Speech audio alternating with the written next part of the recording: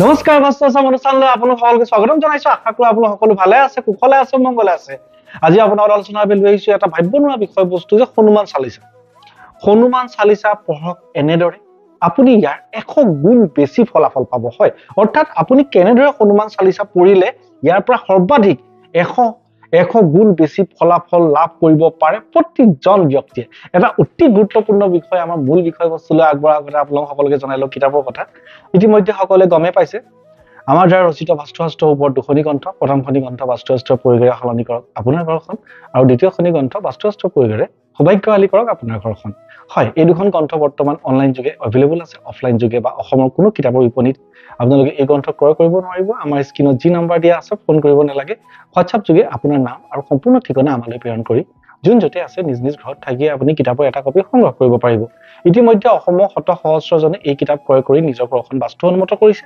শাস্ত্ৰসন্মত কৰিছে এতিয়া হক মূল বিষয়বস্তু আজি বিষয়বস্তু কি হনুমান চালিসা কেনেকৈ পঢ়িব লাগে সকলোৱে জানে হনুমান চালিসা সব আমি আমাৰ এই চেনেলৰ মাধ্যমেদি আমি প্ৰায় এবছৰ মানৰ আগে হনুমান চালিসাৰ আচৰিত ফলাফল নামৰ এটা ভিডিও আগবঢ়াইছিলো তাত হনুমান চালিসা পঢ়িলে কি লাভ হয় সবিশেষ জনোৱা আছে সেইখিনি কথা আজি এই ভিডিওটোত মই পুনৰাবৃত্তি নকৰো মই আমাৰ ডেসক্ৰিপচনত ইয়াৰ লিংক দি দিছো যিসকল ব্যক্তিয়ে চোৱা নাই ডেসক্ৰিপচনত গৈ এই লিংকত গৈ আপোনালোকে এইটো ভিডিও চাই আপোনালোকে জানিব পাৰিব কিন্তু আজি মই আপোনাক জনাম যে হনুমান চালিসাখন কেনেকৈ পঢ়িলে ইয়াৰ 100 গুণ বেছি ফলাফল পাব পাৰে হনুমান চালিসা এনেকুৱা এটা বস্তু আপোনালোকে সকলোৱে জানে হনুমান বজৰংবলী আমাৰ সমাজত বহু ব্যক্তি আছে যি বজৰংবলী এক ভক্ত হয় সবচে ডাঙৰ কথা কলিযুগত যি কেইজন ভগৱানে ভাৱ ভক্তি কৰিলে আপুনি আপোনাৰ বিপদৰ পৰা আপোনাৰ জীৱনত আপুনি যথেষ্ট পৰিত্ৰাণ পাব পাৰে খুব ফলাফল পাব পাৰে তাৰ ভিতৰত এজন হৈছে বজৰংবলী হনুমান চিৰঞ্জীৱী বুলি কয় তেওঁ কোনোদিন মৃত্যু হোৱা নাই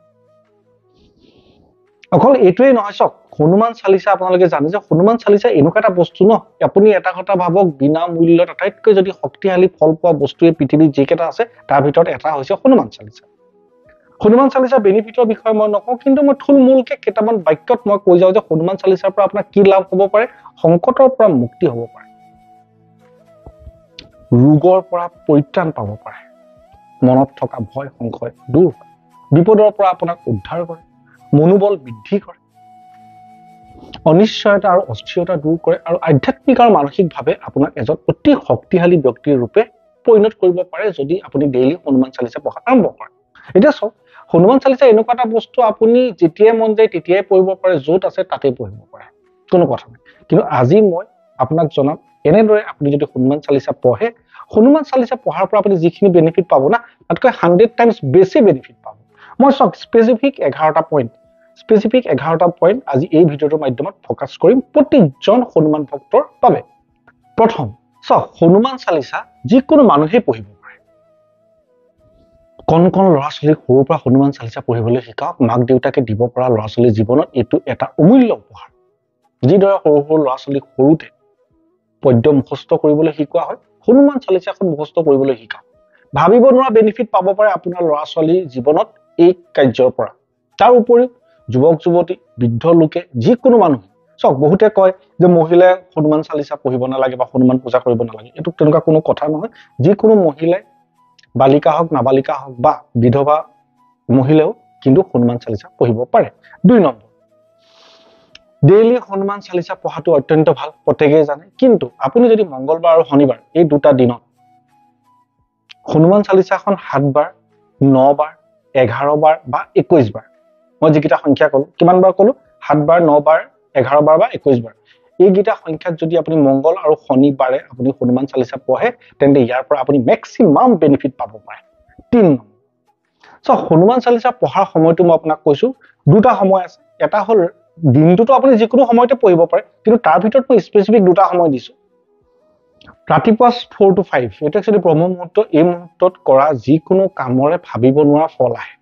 4 to 5 AM in the morning ৰাতিপুৱা তাৰ উপৰি সন্ধিয়া যদি পঢ়ে 7টা বজাৰ পাছত হনুমান চালিসা পঢ়িলে অতি হয় শুভ 4 নম্বৰ ক'ত পঢ়িব হনুমান চালিসা ঈশান কোণত মানে উত্তৰ পূব কোণত আপোনাৰ গোসাই ঘৰ থাকিব লাগে প্ৰত্যেকই জানে ঈশান কোণত হনুমানৰ ফটোখনৰ সন্মুখত এগছ বন্তি জ্বলাব লাগিব। কি বন্তি জ্বলাব? চামিলি তেলৰ বন্তি নহলে মিঠাতেলৰ বন্তিও জ্বলাব পাৰে। দুপাহ ৰঙা জবা ফুল দিব। বহি ল'ব, ৰঙা বস্ত্ৰ পৰিধান কৰি ল'ব। বহি হনুমান চালিচা পঢ়িব লাগে। 5 নম্বৰ, এটা কথা মন কৰিব, হনুমান চালিচা পঢ়োতে সম্পূৰ্ণ শান্ত হৈ পঢ়িব। একদম শান্ত, কুল মাইণ্ডেড হৈ পঢ়িব।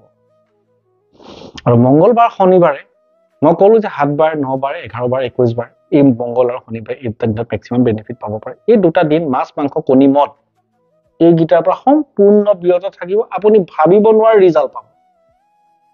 ধৰক আপুনি ডেইলি হনুমান চালিচা পঢ়ে, কিন্তু মংগল আৰু শনিবাৰে আপুনি হনুমান চালিচা সংখ্যাটো বেছি কৰক, 11 বাৰ কৰক, 21 বাৰ কৰক। আৰু এইদিনাখন মদ মাছ মাংস কণী এইকেইটাৰ পৰা আপুনি সম্পূৰ্ণ বিৰত। 6 নম্বৰ, হনুমান চালিচা পঢ়াৰ আগত আৰু হনুমান চালিচা পঢ়াৰ পাছত জয় শ্ৰীৰাম জয় শ্ৰীৰাম জয় শ্ৰীৰাম। তাৰমানে হনুমানৰ গুৰু হৈছে ৰাম। ৰামক আপুনি 3 বাৰ স্মৰণ কৰিলে আগত আৰু পাছত।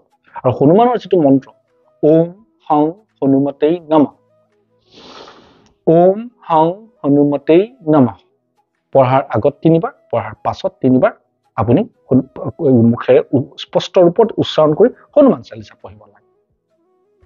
7 নম্বৰ, চাওক এটা কথা, হনুমান চালিচা পঢ়োতে মুখৰ ভিতৰত হনুমান চালিচা নপঢ়ে, উচ্চাৰণ কৰি পঢ়ে। উচ্চাৰণটো অলপ ডাঙৰ হলে ভাল। প্ৰত্যেকে মনত ৰাখক এইটো কথা। আৰু আপুনি যিটো পঢ়িছে উচ্চাৰণ কিন্তু শুদ্ধ হব লাগিব, কাৰণ উচ্চাৰণ শুদ্ধ হলেহে ইয়াৰ সুফল ফলাফল পাব। খৰধৰ কৰি ভুল উচ্চাৰণ কৰি নপঢ়িব। মই কলো ডাঙৰকে পঢ়িব, উচ্চাৰণ কৰি পঢ়িব, শুদ্ধ উচ্চাৰণ কৰি পঢ়িব। আৰু আপুনি পেজখন লুটিয়াওতে থু লগাব হনুমান চালিচাত।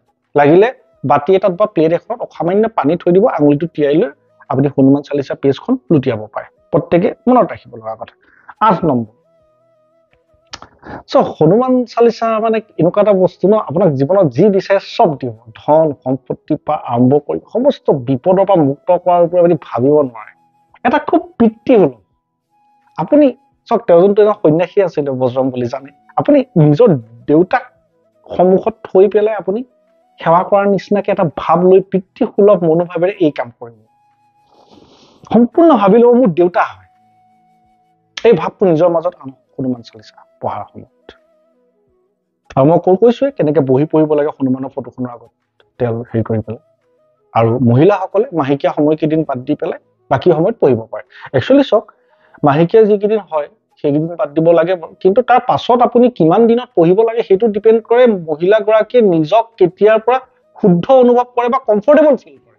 যিদিনাৰ পৰাই আপুনি নিজক শুদ্ধ বা কমফৰ্টেবল ফিল কৰিব সেইদিনাখনৰ পৰাই আপুনি পঢ়া আৰম্ভ কৰিব পাৰে। 9 নম্বৰ, মংগলবাৰ আৰু শনিবাৰ এই দুটা দিনত হনুমান ভক্তসকলে বান্দৰক কল আৰু গুৰ যদি খুৱাব পাৰে হনুমান চালিচা পঢ়াৰ পাছত, ই আপোনাৰ জীৱনত অভূতপূৰ্ব পৰিৱৰ্তন আনিব পাৰে। হয়তো আপুনি বান্দৰ সকলো সময়তে পোৱা সম্ভৱ নহয়, কিন্তু আপুনি জানি থওক মংগলবাৰ আৰু শনিবাৰ এই দুটা দিন আপুনি সম্পূৰ্ণ হনুমানৰ নামত এই দুটা দিন নিজক বিসৰ্জন দিব। শান্ত হৈ থাকিব, খং ৰাগ নকৰিব, একদম আস্থাৰে গভীৰ আস্থাৰে আপুনি চাব হনুমান ক'ৰবাত বান্দৰ য'ত আছে আপোনাৰ ঘৰৰ ওচৰে পাজৰে বান্দৰ থকা স্থানত এই দুটা দিনত পাৰিলে কল বা গুৰ আপুনি বান্দৰক খুৱাই দিব। 10 নম্বৰ, সবচে ইম্পৰ্টেণ্ট, প্ৰতিজন মানুহে মনত ৰাখিব এইটো কথা। সেইটো কি, হনুমান চালিচা পঢ়াৰ আগতে আপুনি যেতিয়া বহিব মাটিত এখন আসন পাৰি বহিব লাগে। হনুমান চালিচা পঢ়োতে কিমান সময় লাগিছে? 1 মিনিট 2 মিনিট, বেছি সময়তো নালাগে। চিচাৰ গিলাচত এগিলাচ পানী থৈ দিব। তাৰমানে কি হয়, পানীয়ে শব্দ শুনে। মই এইটোৰ বিষয়ে ভৱিষ্যতে বেলেগ ভিডিঅ' বনাম বা এইটো চাইণ্টিফিকেলি প্ৰুভড হয়। আপুনি সন্মুখত এগিলাচ পানী থৈ দিব, হনুমান চালিচা পঢ়াৰ পাছত উঠাৰ আগে সেই পানীগিলাচ খাই দিব। ইয়াছ, প্ৰতিজন ব্যক্তিয়ে মনত কৰি চাওক, আপোনালোকে গম পাব এইকেইটা বস্তুৱে কি অভূতপূৰ্ব পৰিৱৰ্তন আনিব পাৰে। 11 নম্বৰ আৰু অন্তিমটো, এইটো এটা সাংঘাতিক উপায়। চাওক, কোনোবা এটা মংগলবাৰ দিন আপুনি এটা সংকল্প ললে, সংকল্প এটা উইচ, আপোনাৰ এটা মনোবাঞ্ছা আপুনি আৰম্ভ কৰিলে 11 দিনলৈকে। ধৰক মংগলবাৰ দিনা আৰম্ভ কৰিলে, ডেইলি 11 বাৰ পঢ়িব লাগিব, কণ্টিনিউৱাছ 11 দিন। দুটা নহয়, এটা উইচ আপুনি এই সংকল্প লৈ এটা উইচ আৰম্ভ কৰিব। সেই 11 দিনে 11 বাৰকে যেতিয়া হনুমান চালিচা আপুনি পঢ়িব ন, সেই আপোনাৰ সেই মনৰ ইচ্ছাটো আপুনি বজৰংবলীৰ আগত প্ৰকাশ কৰিব। কেতিয়াবা 11 দিন ফুলফিল নহলে 21 দিন, কিন্তু এটা কথা জানিব, এই 11 দিন হওক 21 দিন হওক আপুনি কিন্তু মদ মাছ মাংস কণী খাব নোৱাৰিব। আপুনি হনুমানৰ নামত বজৰংবলীৰ নামত নিজক বিসৰ্জন দিব লাগে, নিজক আপুনি ত্যাগ কৰিব পাৰিব। আপুনি এটা সংকল্প লৈ চাওক, আপোনাৰ যিকোনো এটা মনে বিচৰা কাম, আধৰুৱা কাম, অসম্পূৰ্ণ কাম আপুনি কৰি চাওক। এটা সংকল্প লৈ এই ধৰণে 11 দিন ডেইলি 11 বাৰকৈ সম্পূৰ্ণ নিৰামিষ ভোজন কৰি পেলাই আপুনি হনুমান চালিচা পঢ়ক। বজৰংবলীৰ কৃপাত আপোনাৰ এই মনৰ ইচ্ছাটো পূৰণ হ'ব। য়েছ, কাৰণ আমি প্ৰেক্টিকেল অৰ্থত এনেকুৱা বহুত মানুহ লগ পাইছো, সেইকাৰণেহে আপোনালোকক আজি এই কথাটো জনাইছো।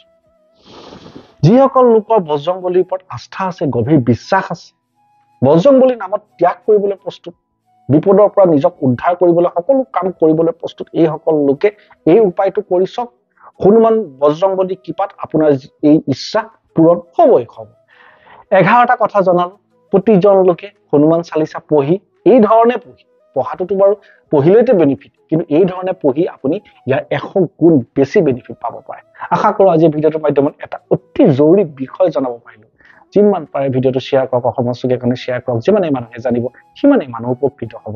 আপুনি শ্বেয়াৰ কৰা এটা ভিডিঅ'ৰ পৰা এজন মানুহ বা এটা পৰিয়াল যদি উপকৃত হয়, সেইটো এক ডাঙৰ পুণ্য যি আপোনাৰ জীৱনত সংযোজন হ'ব।